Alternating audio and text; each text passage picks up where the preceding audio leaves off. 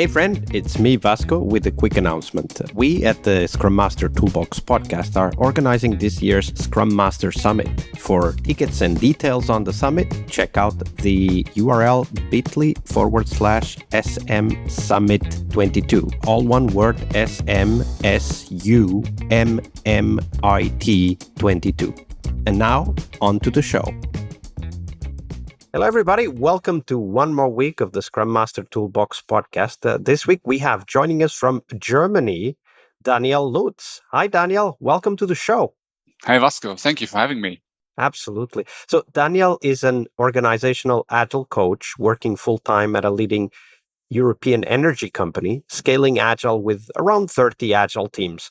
And after years in marketing departments, he realized how much more impact he can have as a Scrum Master by empowering people and building cross-functional teams. He also works part-time as a freelance coach and business consulting, helping clients to build high-performing teams. And that's what we're all about here in the Scrum Master Toolbox podcast, right? Building high-performance teams. Let's start first, though, with what's your journey? How did you end up becoming a Scrum Master, Daniel?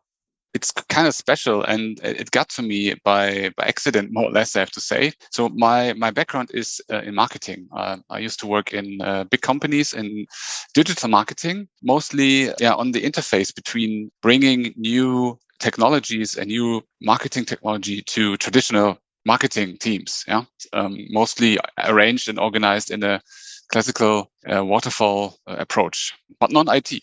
This was kind of where I started. And then I changed the company and I took over a huge project, which was, I was the owner of a huge website rollout for a medical device company in Germany. And there I had to work cross-functionally with a lot of different departments, people from all sorts of teams, like the IT department, marketing, several agencies. And then a huge company, this is very strictly divided, and it becomes very tricky to work with one another. It takes forever when you get feedback, because it's not on their priority list, right? And so this is where I try to really get a grip on how can we work more efficiently together. And then my then boss, he introduced me to Scrum and said, you and your colleague go to do a Scrum Master course. And we went to the UK for 3 days and did a Scrum Master certification training in England. And this is where I got in touch with it. And I suddenly realized, wow, this is so amazing. Having this framework around this purpose of our project, bringing it together with all the roles and rules and responsibilities distributed. And this was perfect. And this is basically how I fell in love with this approach. And then I realized, okay, I wanted to do more of this, not being a project manager anymore, but really, really being on the heart of building high-performing teams. And so I applied as Agile coach for the company I'm working with now. Yeah, and this is where I started. So bringing people together from different backgrounds, different skill sets, and forming them into a perfectly well-working team, which is, as we all know, not the easiest task to do. Not easy for us and not easy for the teams either, right? Exactly. It is a complex problem how to get people to collaborate and reach high performance. And perhaps the story you're going to tell us next is about one of those cases. I don't know, but because today is Monday here on the podcast, we talk about failure. Now, the reason why we talk about failure is obviously because we want to learn from that. But we need the context. So tell us that story first, Daniel. Walk us through the steps. What was happening, what conversations people were having, what were the signs that something was about to go wrong, and then, of course, what went wrong and what we can learn from it. But tell us the story first, Daniel. I'm a huge Scrum enthusiast, and I truly believe in the power of the Agile values and the mindset.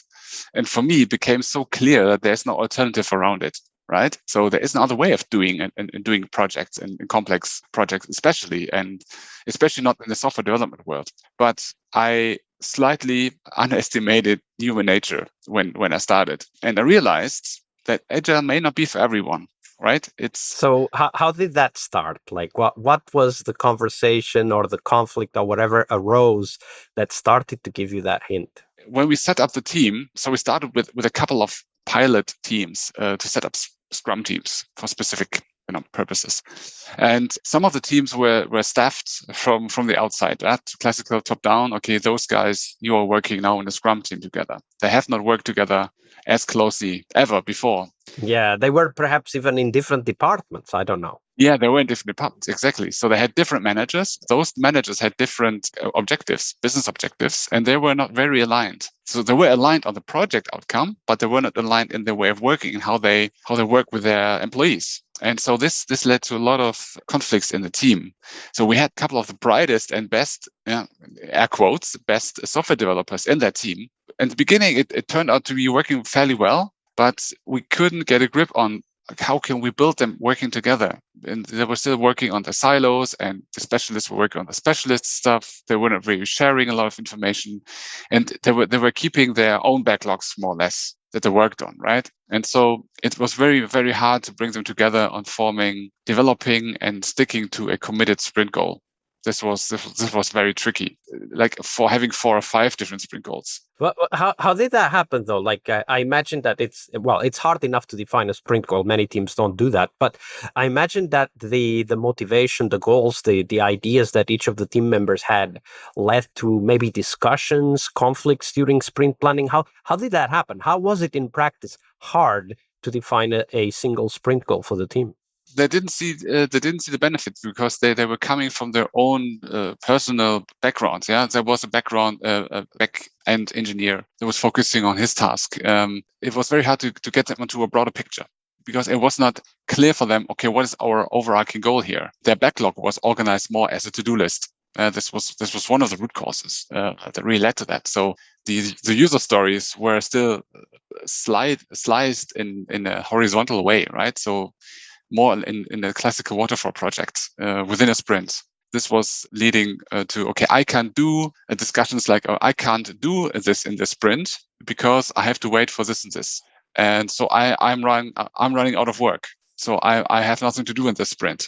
So please, PO, can you give me a couple of more tasks so I'm also utilized in my time here? Yeah, and this idea that everybody needs to be busy, even though the work they're doing makes no sense.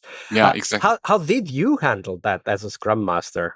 It's a bit of a longer story. I try to keep it very short because we had, as I said, 2 of those very, very excellent developers, very experienced, and it's very specific technology that we need to build. It was in a trading environment. So very specialized knowledge required there. But this guy, he was excellent. He's excellent in what he's doing. Everybody owes him and praises him for being the champion, but he was very hard to work with the team. So he was not very transparent about how he's doing things. He wasn't very willing to share things. And even though we tried to keep the team organized or self-organized to leading the discussion and really try to get to a conclusion, it was very hard because he was opposing against the team. He was he was acting more like a lead in the team. And long story short, it took a while really, and we realized that a mediocre team, let's say a team of 6 mediocre developers, is still so much more powerful and great than one single superstar. And yeah, eventually we talked to him and we decided to take him out of the team to be a guiding member from outside the team, basically. A consultant almost, right? Exactly. And this really much eased the tension in the team. And this was from one day to the other, helping the team to really build up trust, become more open, discuss things more openly, ask questions, and show themselves being vulnerable, which was very hard before that because they just didn't wanted to act stupid in front of the superstar. Yeah, and that's actually one of the things that we as Scrum Masters need to pay attention, because usually not even managers pay attention to that, which is the dynamics between the different team members. Like, like you said, some of the team members were embarrassed by their, at least they thought, little knowledge compared to that superstar. And when that happens, of course, they can't be at their best, right? Like if I can't make a mistake, that means I can't be the best I can be, because, when you're trying to do the best, there's always going to be some things that don't work exactly as you expect them. And that's fine. But when you feel self-conscious and you actively try to avoid those mistakes, then obviously we underperform compared to our potential. Absolutely. Yeah. One last question. If you had one advice for Scrum Masters out there that might be right now in that similar position, we often talk to Luke, our proverbial Scrum Master avatar here on the podcast. So what would you tell Luke about this? What should Luke consider as potential next steps? Don't shy from having an honest, painful discussion a one-to-one discussion with a superstar. Don't be the one shying away from a controversial conversation. That's step one. If you realize, okay, and Scrum Masters usually have the high level of empathy and sense of those vibes in the team.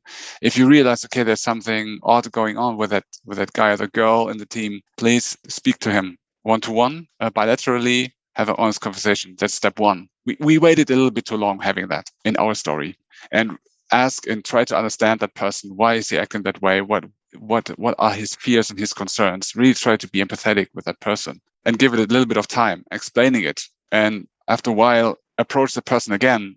How has it evolved? So really spend a little bit more effort and on this individual person in the team, while not neglecting the rest of the team, of course, but really have a special eye on that. So this is what helped us in the whole conversation, until we realized, okay, he's not happy working with the team. He just sees the others in the team as not performing well. He doesn't feel comfortable working with those people. And then we said, okay, maybe it's better for you if you leave the team. He said, yeah, actually, yes. And then we came to a conclusion that would have maybe came earlier if we would have decided to step in, or not wait too long. It's a bit of don't wait too long to have an honest, painful conversation is what we... Yeah, I would add to that. So definitely, totally agree with what you suggested. And I would add to that, before we get to the painful conversation, there's a number of questions we can ask, right? Like very open questions, just trying to open that conversation, because sometimes even the team members want to have the conversation. They just don't know how to get it started, right? Like, so asking things like, how did you feel about today's planning meeting? What were the things you wish would have happened differently, right? Like that may, of course, and as you said, we need to be ready for that difficult conversation, because that may trigger the difficult conversation at any point. But by opening up, we are also allowing the people to come forward with their own solutions and their own problems as well. Absolutely. And take more time in the retrospectives on that. That's also what we did wrong maybe at the beginning. We said, well, we're introducing Scrum to the team and talked about the different ceremonies. And we decided, okay, the team said, nah, let's retrospective, okay, but we talk anyway, day in, day out. We don't need to spend so much time on retrospective usual conversation. Yeah, and this was wrong, especially for those teams who have not worked as closely together, coming from different departments. Make the retrospective a core meeting for the team, and maybe call it differently, give it another name. But this is very important. Absolutely. Great point. Thank you for sharing that, Daniel. No, welcome.